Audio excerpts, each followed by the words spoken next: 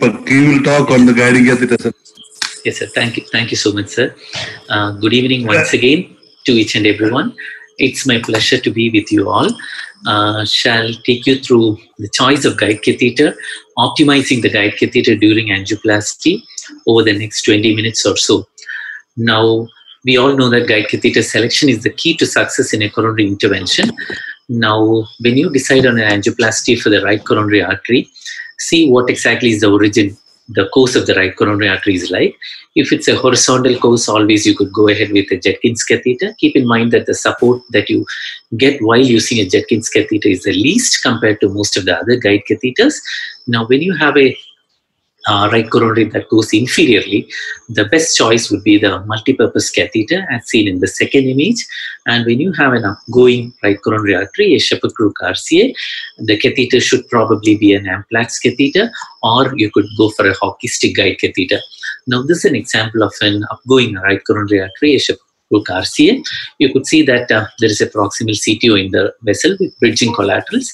You could also see that the Judkins catheter is sitting just at the mouth of the vessel. You are almost sure that if you were to do an intervention with the Judkins catheter, you are unlikely to cross the lesion. Now, in this particular situation, you could see clearly that the Amplatz catheter, that's an AL1 catheter, it's sitting right at the ostium of the right coronary artery. We could achieve a good support with that with the help of a microcatheter and a concave screw. We were able to cross the lesion and we were able to achieve a good support. So, primarily, when you want to have a good support, one should probably think in terms of an Amplatz catheter. Now, this is another example of a distal CTO in a right coronary artery. You could see that the Amplatz AL1 catheter is used to engage the catheter. We cross with a heavyweight wire, and finally we were able to achieve a good result. Now, you could see here that the amount of backup support that we get with this AL1 catheter is excellent. Now, the challenge with this sort of Amplatz catheter would be you are likely to dissect unless you are careful. So, one should always be careful. It's always a compromise. It's a trade-off. When you want to have a good backup support, you think about Amplatz catheter, and then probably in those situations, unless you're extremely careful, you're likely to dissect the coronary artery. Now, we always have a mental resistance while using an AL1 catheter for doing a right coronary intervention, because we always know that unless we are extremely careful, we are likely to dissect the ostium of the right coronary artery. So we have, at this point of time, we commonly use this particular catheter known as the short Amplatz left catheter. It's available at this point of time in India. We call it as a 0.75 AL 0.75. This is a short tip guide catheter. It's not as traumatic as the AL1 catheter. It just sits at the ostium of the right coronary artery, and you get a good amount of backup support with this particular catheter. It's presently freely available. So when you want to have a complex intervention for the right coronary to be done, probably think in terms of this SAL catheter. It gives almost as good a support as the AL1 catheter, but it's less traumatic compared to the AL1 catheter to the right coronary artery. Now, for the left coronary artery, it's always the extra backup guide catheter that would give you, that would fetch you a good amount of backup support and take you through most of the complex coronary intervention. But there are only very few situations where we tend to think in terms of a Judkins catheter for the left coronary system. When you have an ostial left main disease, using an EBU catheter would be more challenging. You might injure the ostium of the left main. So in those situations, probably one should think in terms of a Judkins catheter. Moreover, when you have a twin origin of the left coronary artery, when you have a separate origin of the circumflex as well as NLAD, probably you might have to switch over to a Judkins catheter. Most of the other situation, an extra backup catheter would be the most ideal one. As Dr. Shiva has alluded, during a transradial intervention, always for the left coronary system, extra backup catheter would give you the best possible support.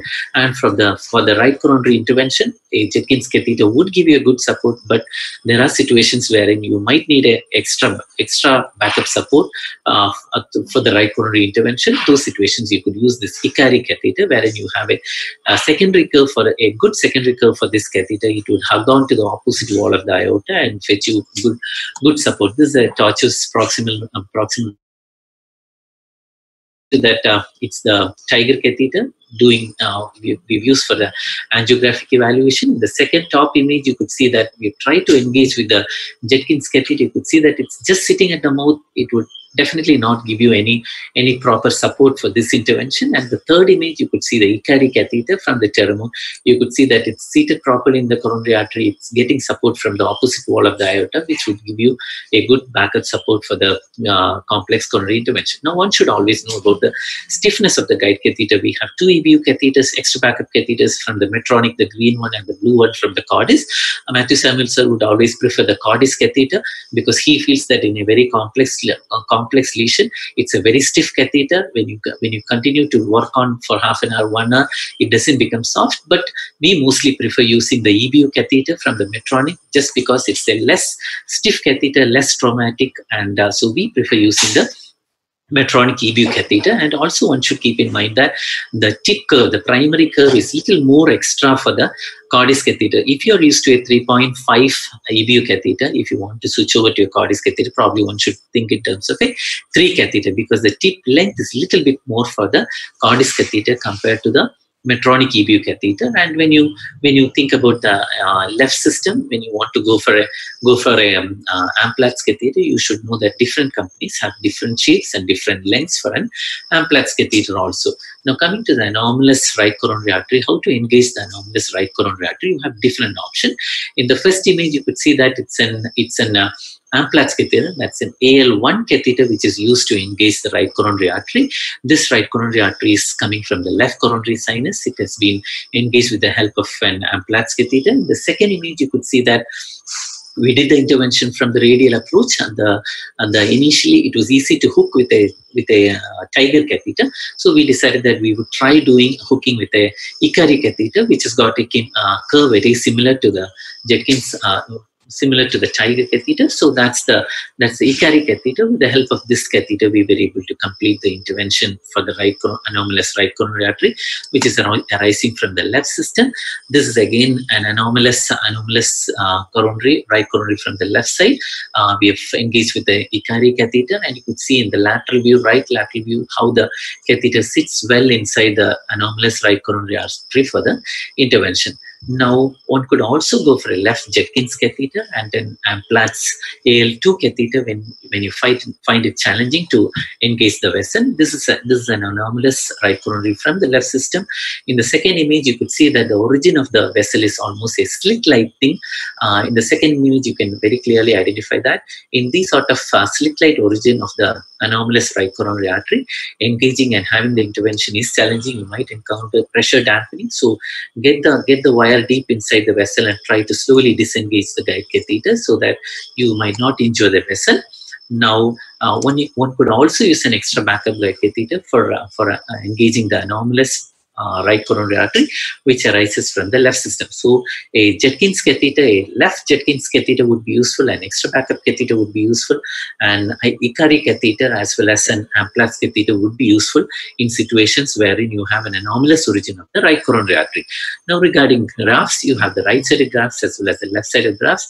Right-sided grafts always Jetkin catheters. The right Jetkin catheters are very easy to engage, but then it's a trade-off. You do not get any backup support from these catheters, the regular Jetkins catheters. So we've learned from Matthew Samuel's stalwarts like Matthew Samuel sir, like in situation when you have a graft intervention, a catheter that provides you with a good support like a multipurpose catheter or an Amplatz catheter would be the ideal catheter for the right system, and an AL catheter would be ideal for the left system.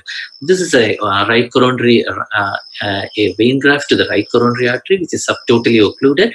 You could see in the first image that it's a Jetkins catheter sitting at the mouth. It's not well coaxially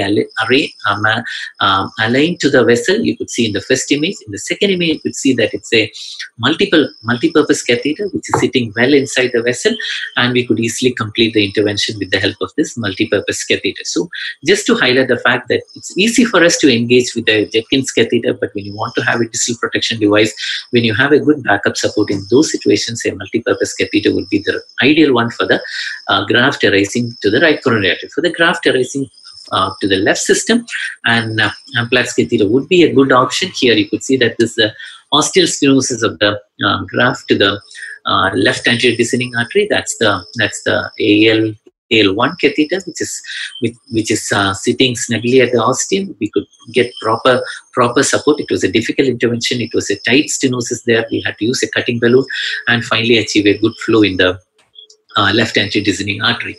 Now, you could also use an extra backup guide catheter for engaging the vein graft. Here, you could see that there's a vein graft that's deceased. To the OM system, you could see that it's an EBU3 curve which is being used to engage the vein graft. And following that, you could see in the second image that it gives you so much of backup support. It was a little bit difficult for us to track the stent inside. You could see that we could achieve a good backup support with the EBU catheter, and we could complete the intervention for the graft to the circumflex artery. Now, coming to Lima, most of us, we tend to do Lima angiography with the help of a Judkins catheter. It's always good to do the Lima angiography for a better optimal visualization with the help of a Lima diagnostic catheter itself. In 90% of situations, you would be able to easily engage the Lima vessel with the Lima catheter. You just have to go distal to the Lima, pull it back, slowly do counterclockwise torque, and you'll be able to engage the vessel in most of the situation. This was a Lima intervention wherein the Lima was arising from the roof of the subclavian artery. You were not able to engage with a Lima catheter. So in this particular situation, we used a Judkins catheter. You could see that with the Judkins catheter near the mouth of the vessel, we try to float a Fielder FC wire into that. You could also see that there is a long lesion in the left anterior descending artery beyond the anastomotic site of the Lima. And following that, we were able to track a 48 millimeter expedition stent into that. That's the 48 millimeter stent going into that, and it's being deployed. The point that I wanted to highlight is not this particular thing. Many times when we are bothered about the distal left anterior descending artery, we never look at the ostium of the Lima. We are likely to produce dissection of the Lima ostium. So in order to avoid dissection of the Lima ostium, you could also always have a second wire floating inside the distal subclavian artery. This is a technique that we have learned from Matthew Samuel, sir. One wire you used to get into the Lima and wire the left anterior descending artery. The second one, as seen in this image, it's well inside the distal subclavian artery, so that it prevents the Lima guide or the Judkins guide from sucking into the Lima, because you are concentrating low down in the vessel. When you pull out the non-compliant balloon, or when you pull out the balloons after the stent deployment, you are likely to push the guide catheter into the Lima, and you're likely to dissect it. So in order to avoid that, always try to have a wire in the distal subclavian vessel, and once you complete the intervention, you can take out the wire and hook the vessel properly, and that's the final shoot. You could see that the flow in the vessel is good, because I personally have dissected 2 Lima for my patients. So nowadays I never avoid doing this particular technique. I always have this wire positioned in the distal subclavian so that the guide catheter does not get sucked into the left internal mammary artery. Now, this is a patient who had a very soft type A lesion in the right coronary artery. We did the procedure, we did the diagnostic angiogram through the right radial approach. However, when we tried to get the guide catheter, it wouldn't track through, and so we did an angiogram. You could see that, as Dr. Shiva has mentioned, this is basically an accessory radial artery, and this accessory radial artery has produced a loop over there. You could see that there is a loop over there, and this is a small accessory radial artery through which we have done the angiogram, and now the guide catheter wouldn't go through that. You could see that at this particular point we have produced a dissection also in the accessory radial artery. Now this is a huge loop. We could not imagine to straighten this loop and go through the main vessel. So we tried going through the accessory radial artery itself. We tried using a balloon assisted technique. You could see that here you could see that the vessel is dissected. In spite of that, we were able to manage through that small vessel with the help of balloon assisted technique, and the stenting was done. And following that, this particular image shows you how exactly we pulled it out. You could see that it's an anomalous accessory radial artery, and following that, as we pulled it out, you could see that whatever dissection was there initially, it is totally sealed off. So in a radial artery, when you encounter a dissection, try to complete the procedure through the radial artery without as such creating more of trouble to the vessel. And by the end of the intervention, most of the time the radial artery dissection would have settled down. So just to highlight the fact that you could use a 5 French guide catheter through this accessory radial arteries so that you can reach the coronary and do the intervention through the accessory radial artery. Now, another 10 minutes, I shall take you through how exactly one could optimize the guide catheter support for difficult intervention. This is a left main calcified stenosis, the angiography being done through the femoral approach. And now, the most important point one should keep in mind is long sheath. When you have a 65 centimeter long sheath, when you go for a bigger French guide catheter, a 7 French guide catheter would definitely give you a better backup support than a 6 French guide catheter. So here we have used a long sheath, that's a 65 centimeters sheath going till the descending aorta, and this long 7 French guide catheter. Following that, we were able to complete the intervention without any difficulty. Just to highlight the fact that a bigger sheath and a longer sheath would fetch you good backup support for most of your intervention. That's the final result for rotablation and stent implantation. Now, the second way of optimizing the guide catheter would be to use an aggressive guide catheter. This is a very tortuous right coronary artery. It's a Shepherd Crook right coronary artery. We opted for an Amplatz catheter. That's an AL1 catheter. You could see that it's a Fielder FC wire that's going through the tortuous vessel in the second image. And following that, we tried to do balloon dilatation. We tried to track the stent into the vessel.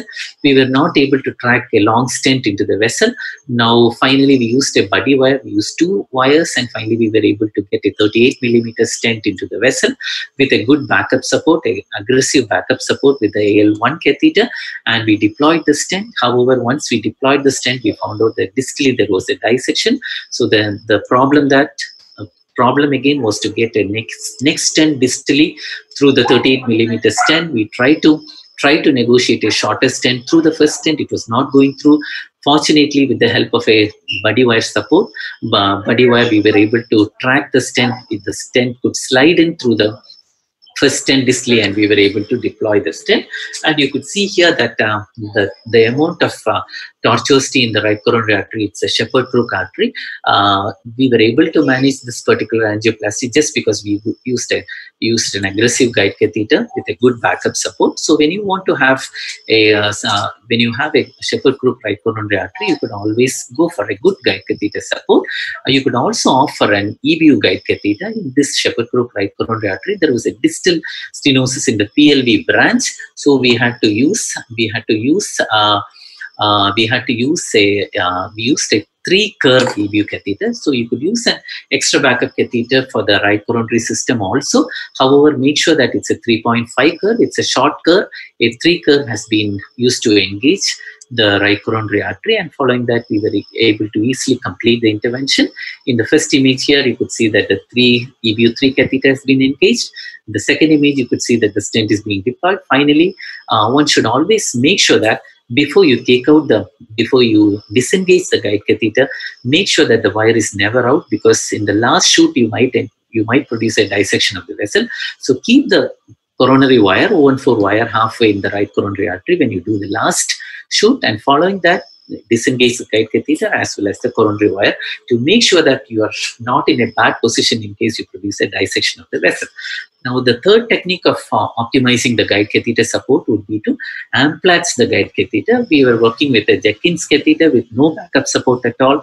A distal occlusion of PLV branch was occluded. Proximally, there was some amount of calcium. We were not even able to get the stent through the proximal vessel because of the calcium in the proximal vessel. So we tried to Amplatz the catheter. In the first image, you could see that we have done a clockwise rotation and pushed the guide catheter with a balloon that is being inflated there. So with the help of this Amplatzing, we were able to get a better backup support. And in the second image, you could see that through that heavily calcified proximal right coronary artery, we were able to track the stent distally, and finally we were able to achieve a good result following a stent deployment in the proximal vessel also. So this sort of amplaxing the Judkins guide catheter by clockwise rotating, torquing it and pushing it in with a balloon inflated inside the vessel would get us a better backup support. Now, deep throating the guide catheter also would fetch you a better backup support. This was a distal stenosis. This patient also had a stent implanted at the right proximal ostium of the right coronary artery. So we were not able to get proper guide catheter aligned at the ostium of the right coronary artery. The right and the left radial artery also was tortured, so we had to go through the femoral approach. So what happened was we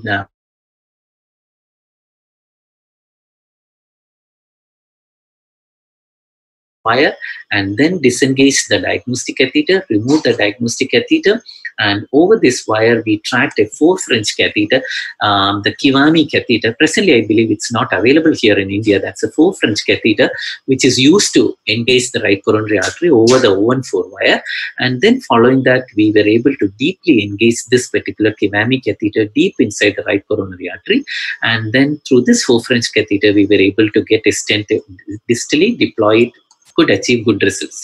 So amplaxing the left guide catheter, the Judkins catheter, and deep throating the guide catheter would always fetch you good backup support. This is a proximal right coronary occlusion. We were able to cross with the fielder wire. However, the aspiration catheter would not cross through, and the guide catheter was going out of the vessel. So in this particular situation also, we were able to get the guide catheter deep inside the vessel.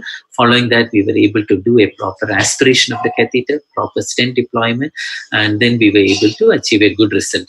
Now coming to the buried wire technique to achieve a good backup support, let's say you have a very long lesion inside your coronary artery. This is a long lesion in the left anterior descending artery. You could wire with 2 wires, and if in case your stent is not tracking well into the lesion, what you could do is you could deploy the first stent proximally. When you deploy the first stent proximally, make sure that the second wire, which is not a hydrophilic, it's not a coated wire, it is buried underneath the stent, which has been deployed proximally.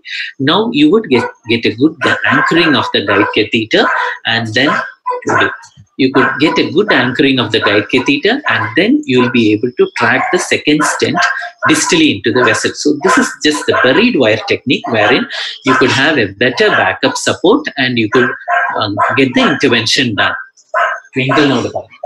Now this is a right coronary artery intervention, a distal right coronary artery in an 85-year-old gentleman, where we had used this buried wire technique. What happened here was we tried multiple balloon dilatation of the distal vessel. We tried using a buddy wire technique. In spite of that, we were not able to track the stent deep inside the vessel. So at that point of time, you could also see that proximally there is some disease. So we stented the proximal right coronary artery with a stent. However, at this point of time, we kept a buried wire there. That's a run-through wire, which is not a hydrophilic wire. So that was buried under the first stent.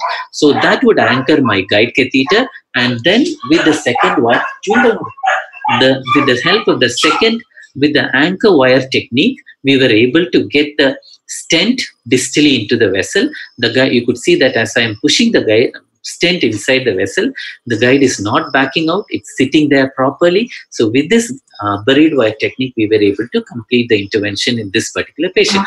However, one should make sure that before you deploy the second stent distally, you need to remove the buried wire so that you might not bury it under 2 stents. So that's one important point. You should keep in mind that when you deploy the second stent distally, you always have to remove the buried wire before deploying it.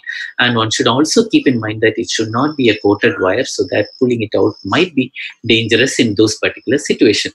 Now, the anchor balloon technique also would give you a better optimization of the guide catheter support. Here, this is a CTO of the artery. We were trying to wire it with the help of a Conquest Pro wire. That was a 7 French guide catheter, Conquest Pro wire, and a microcatheter support. In spite of that, we were not able to penetrate the proximal cap. So in that particular situation, we wired the OM branch, dilated the balloon over there, and with the help of this anchor balloon, we were able to cross into the distal vessel, and finally we were able to achieve a good result. Just to highlight the fact that when you have an anchor balloon support, you would definitely get a better guide catheter support for your coronary, a complex coronary intervention. This was a heavily calcified right coronary artery. You could see that it's got an eccentric calcification, eccentric plaque with calcification. We used a 1.25 bar just because we were scared that we might perforate the vessel if we were to use an 1.5 bar.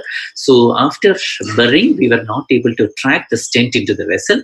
You could see that as we were trying to get the stent across, the stent was getting stuck proximally inside the vessel.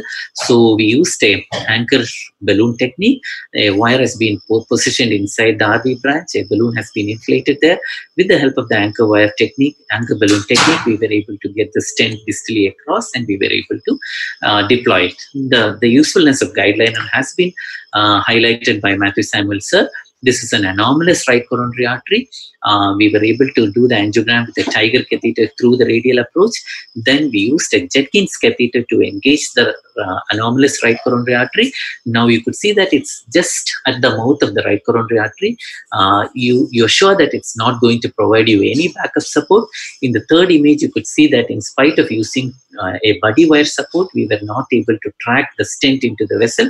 So at that point of time, we used a guidezilla. You could see that a balloon has been anchored inside the coronary, and over that we were able to get the guidezilla inside the vessel, and then following that you could see that the stent could easily be tracked into the vessel. So in difficult lesions, definitely the guidezilla would fetches good backup support, and that's the final result. The image has been taken with the guidezilla there, and finally we were able to achieve a good result.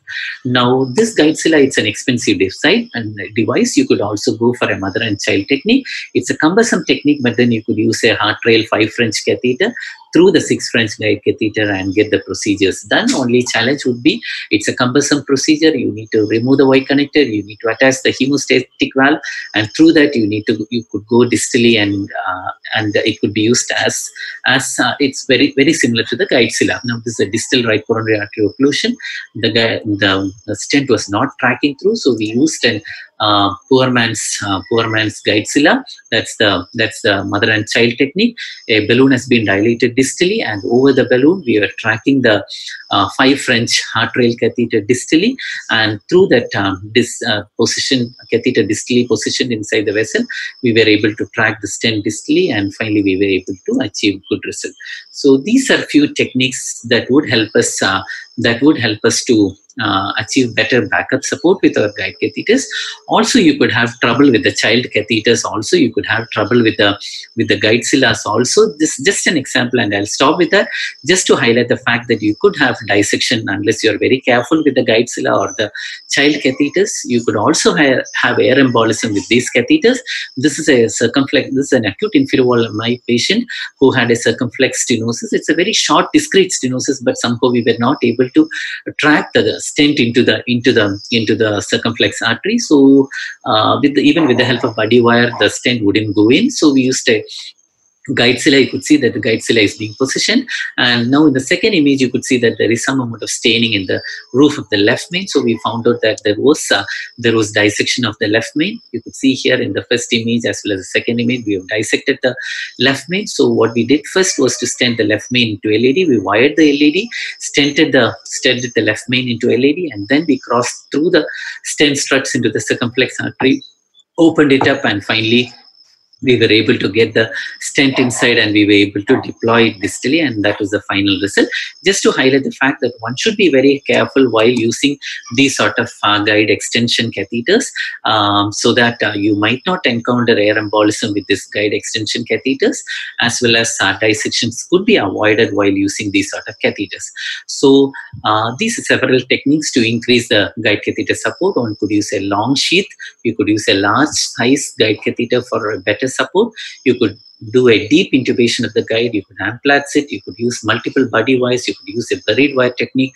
You could use various anchoring techniques. You could also use the guidezilla as well as the mother and child technique for better backup support. So one should keep in mind that doing coronary intervention, always avoid accepting satisfactory backup support. Always try to prefer optimal backup support in most of your coronary interventions.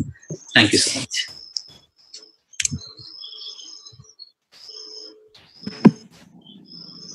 Thank you, Deepak. It was a very, very exhaustive guiding catheter discussion you had.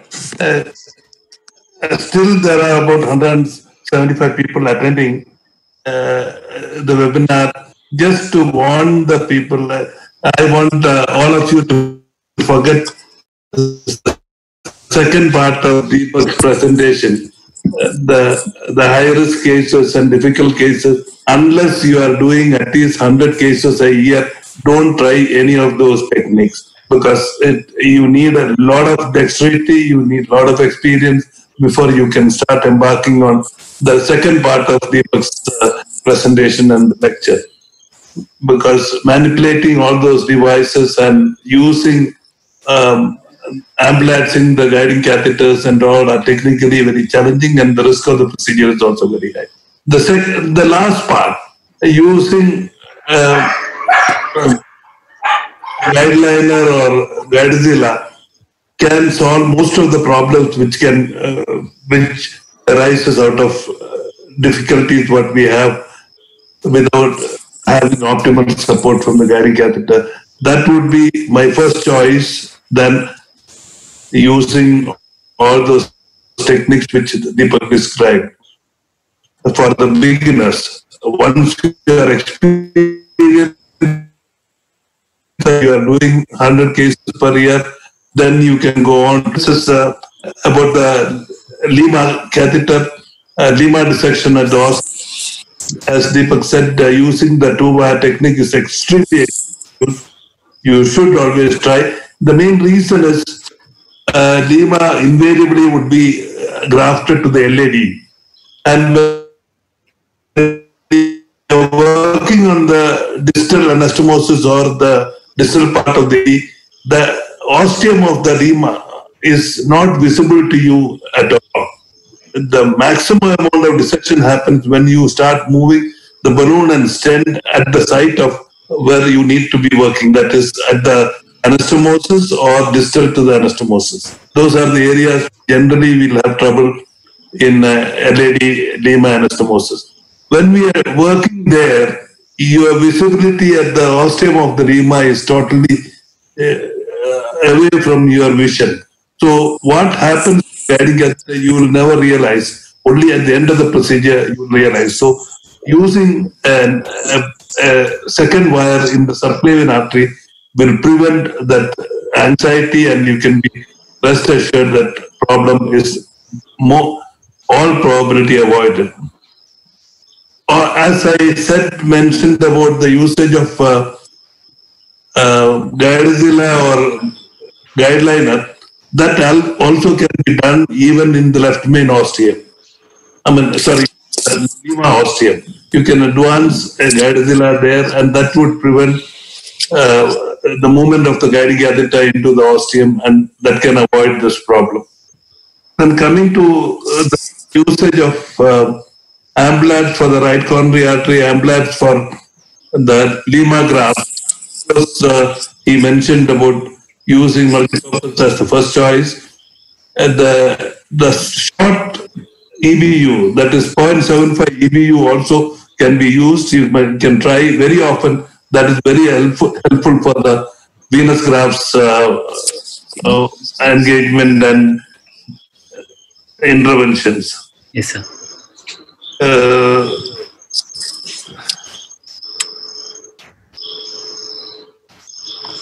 That's all my comments on that. Any other questions have come up? Deepak, just see. Sir, Natarajan sir is also with us. Sir, we are able to see you now, sir. Sir, your comments, please, sir. I just wanted, Doctor. Hey. I just wanted Matthew to see me, actually. At class, I saw you. It was a pleasure listening to you, sir, and your valuable comments, and all the lectures were extraordinarily good.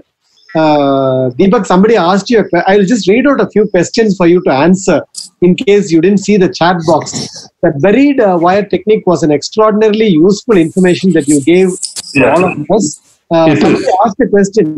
I actually was typing when you were talking about this buried wire. After taking the second stent, you should remove the buried wire, because removing the buried wire with 2 stents deployed is going to be very difficult. True, sir. Somebody did ask the question, how will you remove the buried wire through a stented first stent? That's what somebody asked you. Yes, sir. One needs to disengage the guide catheter before. Keep the first wire maximally distally, the stent maximally distally, disengage the guide catheter, and then pull the buried wire out. Be careful so that it doesn't go deep inside and dissect the ostium. Maybe you can ask your assistant to have a hand on the guiding catheter a little bit more in the aorta. Can you do that? True, sir. Right? True, sir. That's right. And Girish, I wanted to ask a question. When we do a LAD diagonal, let us say you're stenting the LAD and having a wire in the diagonal to protect it. There are a lot of people who say that a hydrophilic wire is dangerous to leave in the side branch, because when you remove it after stenting the main vessel, it can be a problem. They say you should use a non-hydrophilic.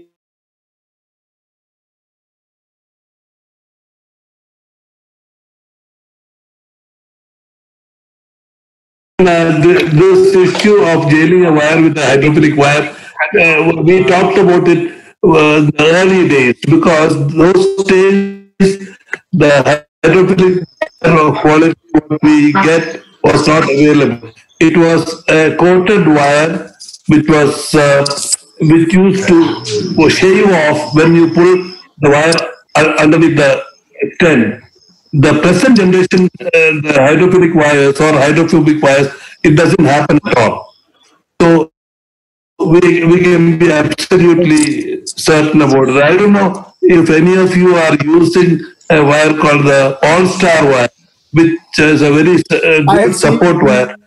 Used it in the year 1998 and I worked with you. Yes, sir. His favorite wire used to be the All-Star. He was a star and he used to use the All-Star wire. All-Star wire is a very good support wire, but only defect with that, if that wire is underneath a stent, you are stuck, because that has got a transitional bulge which will get caught under the stent. That you should never use. Yes, sir. Natarajan sir, there is some data that says that even a coated wire or a hydrophilic wire can be caged or can be kept as kept in the side branch while stenting the main vessel from the European data. But as Matthew Samuel sir told, most of us, we never try doing that. We use the workhorse. Today we use it. Just the workhorse wire. I also do that. And one thing I've seen, invariably the guide telescopes badly when you remove a jailed wire, and one has to pay very good attention on the guide catheter when you remove a jailed wire from a side branch. I'm sure Dr. Girish will agree with me when I say that. Absolutely. I've had accidents, the left main dissecting, etc., etc. Yes. Absolutely. Where is Girish? I can't see him. He's there. He's still with his PPE, without the headgear. No, I think perfectly said. Today, I think both hydrophilic and hydrophobic, both wires are constructed so well. I think most of us do not have issues pulling back them behind the stent struts. Even when they are between the two stent struts, they fairly come back well. Sir, Matthew, sir, you remember you showed a case in San Francisco TCT some 10 years back, when I was also lucky to be in the crowd, where you showed one of the most tortuous RCAs in the world possible. You remember that case, sir? One extraordinarily tortuous RCA with some 100 bends within the RCA, and you were showing step by step in that case. I think it was SFO TCT some 15 years back or something. You remember that case? I don't remember. What was it, Natarajan? You were showing wiring an RCA which had some multiple fold-like bends. Some almost like 50 bends in the mid RCA, and you took some wire and you crossed. The whole crowd was actually standing and giving you a standing ovation. What wire was that? I forget. I mean, if it is 15 years, 10, 15 years back, none of these new generation wires were not available. all probability it would have been a combination of the microcapacitors also were not available those days. So it would be a combination of an OTW wire, a balloon, and a Whisper wire, and then changing over to the other wires in the over the wire. You mean with an exchange length wire? 100% it must be that. An exchange length wire. You had docking system at that time? Yes, we had docking system at that time. So it must be because the newer generation hydraulic wires are not available those days. So, Dr. Natarajan, it was not the wire, it was the hand behind the wire. Correct. Right. Thank you, Girish. It's too much. Absolutely. A deserving compliment that you gave. And one point with Dr. Vijay Kumar said is very valuable is never pull a thermo wire through a beveled puncture needle. You should never ever do the mistake. Let us say you punctured, the thermo wire went inside, but you're not able to advance it. You should never remove the thermo wire. It's better to remove the wire and the needle together. Invariably, it will shave off the coating of a thermo wire. Vijay Kumar did mention during his talk. That's right. Yes. Absolutely right. Yes, sir. Today, sir, coming to the guide wires, because of the choice that we have and the availability of microcatheters, anchoring techniques, and very non-traumatic guides, it's become much easier to access most of the lesions, unlike your times. Yeah, today there is a lot of choice, but that is dangerous too, because we don't know what to use. Because there are too many things available. It's like a car today. When we had an ambassador and a Fiat, we knew only Fiat would be better. So today it's very difficult to choose a car. Right. Because each one have got its own features and advantages and disadvantages too. So learning to understand the wire is extremely important. So rather than trying to, because somebody used it, you saw it on TCT or PCR, somebody using a wire, doesn't mean that you can come and reproduce that. You have to learn to understand the wire and the construction, as you rightly said. And your advice, because most of the cardiologists who come in a post-graduation, they have some understanding of most, except probably the choice of wires. So would you be telling them, this is the first line, this is the second line, this is the third line, maybe two for them? Would you give a message? You see, we all grew up when we had limitations. We had companies working, one was ACS and the other was BARD. So there were limitations for the type of wires available. The ACS is the company which then moved on to Guidant and today is Abbott. So the BMW wire or similar wires were available even those days. So this is a wire which we knew for 30 years and it performed well. And all the modifications have been extremely carefully done and still it is performing. So I would still insist, prefer people to understand the BMW wire, understand the capabilities of that wire. 90% of the cases you will get away with it. And it has got a balance, it is properly named BMW, balanced middleweight wire. It is balanced for everybody. So that would be my first choice wire and I would advise anybody to use that. If that is not feasible, then move on to the next wire. The Sion series is an excellent group of wires. The new wires which has come from Abbott, I can remember the name. Versatile. They are also a good set of wires. So we have choices of wires. You have to upgrade yourself, keep using it, keep on understanding the features and then upgrade it. That would be the best advice. And as Girish rightly said, hydrophilic wire, just don't leave it inside the vessel. Use it when it is needed and take it out when the need is over. I have had plenty of perforations using the first generation hydrophilic wires. Today's wires are safer, but still it is not as safe as the other wires. So wires, the Gaia or Conquest, all those wires, don't leave it inside the country when you are working on the other vessels or side branches or otherwise. Dr. Girish, a lot of people in the chat box asked you the question in a very bad angled takeoff of a side branch, let's say diagonal.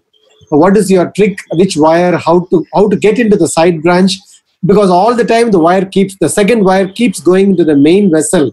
You're just not able to protect the diagonal, which deserves to be protected. A lot of people asked in the chat box. I think that's good. You need, two characteristics of the wire to be important at that point. One is the wire tip need to retain its shape. All the time you're going into the main vessel, coming back and trying to access the side branch. You may access, but when you push, it prolapses and go to the main branch. That's one. Second, you also need to have the torqueability, because it's not always that you are able to touch the ostium, because if it is pinched following your pre-dilation of the main vessel, again accessing is a slightly challenge. So I need three characteristics. The central core need to go till the tip. Second, I need a good shape retention. Third, I need a good torqueability. So for this, I think my first choice will be a Xi'an blue at this point of time, because it retains its shape for more than an hour when you're operating. Second, I can really curve in such a manner, like a guide you use for opposite end of the aorta and then go to the ostium. I make the curve in such a manner that the primary curve hits the opposite part of the LAD, and the tip needs to look into that. You shape it in a manner like that. Thirdly, I think you may just prolapse down into the LAD and then come back and then torque anti-clock and then enter rather than clocking it. These things have worked for me. If it does not, I think whisper is also not a bad idea. But then if you're in a horrible situation, even Pilot 200 is a floppy covered.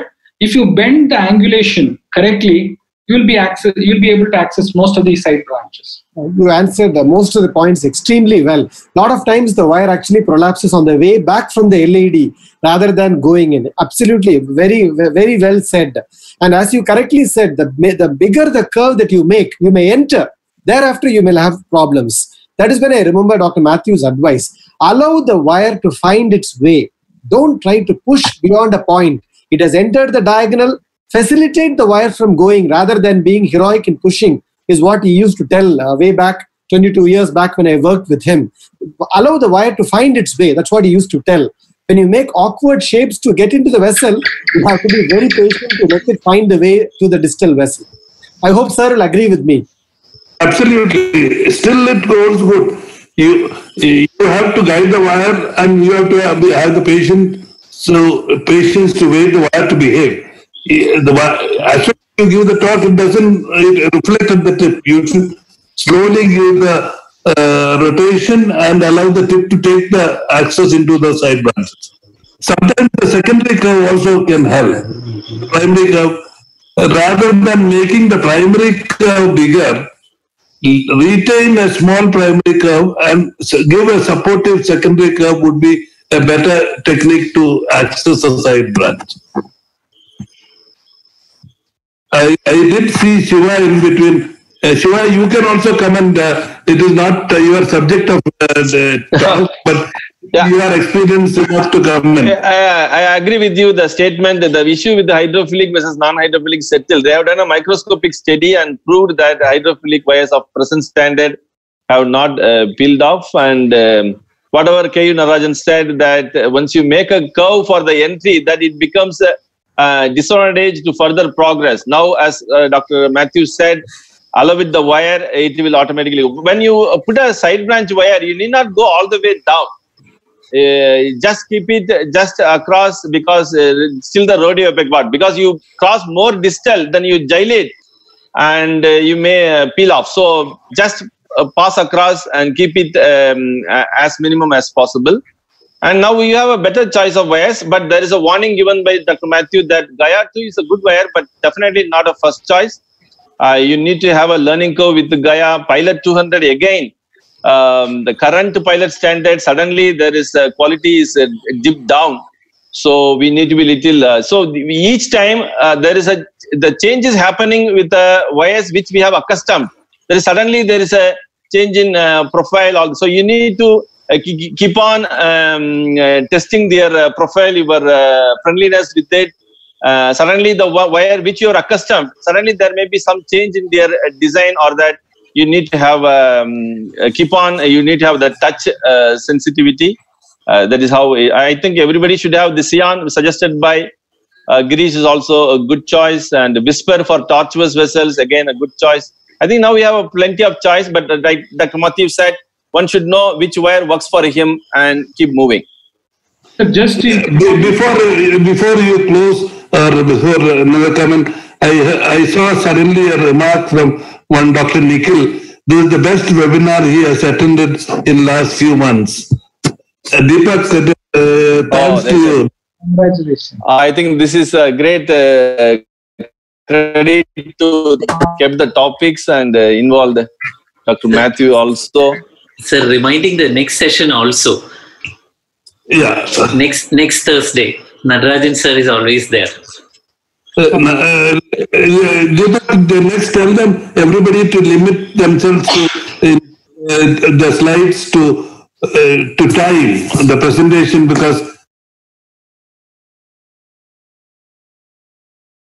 stick to time and then allow enough time for discussion. Otherwise, there's no further meeting or webinar. This webinar was excellent, but it would have been better. It would have been in time. Sir, but still 105 are here with us. Absolutely, that's good. Yes, sir. But before you close, give me, now Natarajan is there, Shiva is there,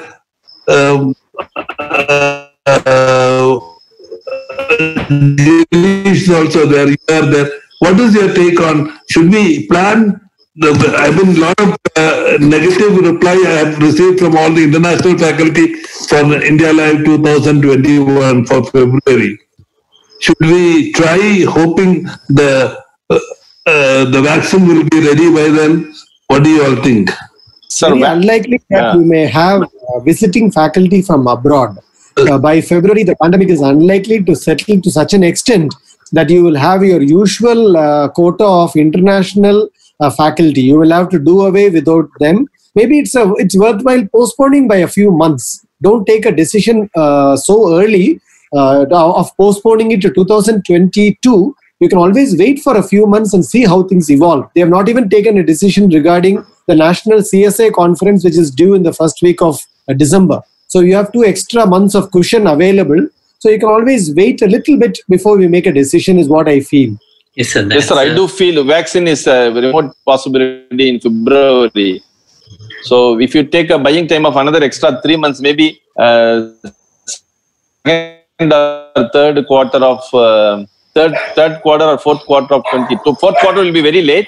Maybe in the middle of 2021, maybe an ideal choice. Yes, sir. I do feel so. The best interventional cardiology sessions in India, probably we shouldn't cancel it straight away.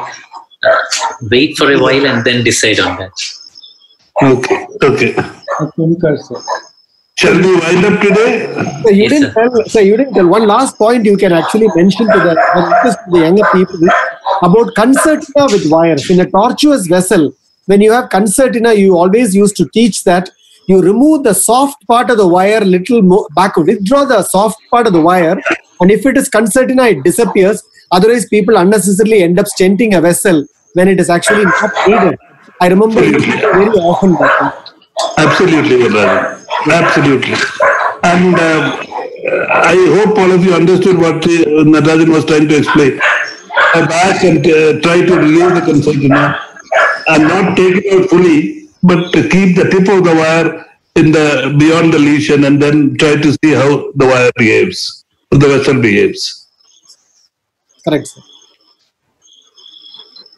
Okay, thank you so much, and it was a wonderful session, and we'll all meet on 30th and let us continue the session. Thank you so much, sir. Thank you, sir. Thank you. Thank you very much. Thank you so much. It was great. Thanks, Deepak. Thanks, KU. Thank you. Thank you. Thanks, Matthew, sir. Shiva and Girish. Thank you. Thank you, sir. And Deepak and Bye, sir. Natarajan, Good of night, course. sir. Okay, bye. Good night.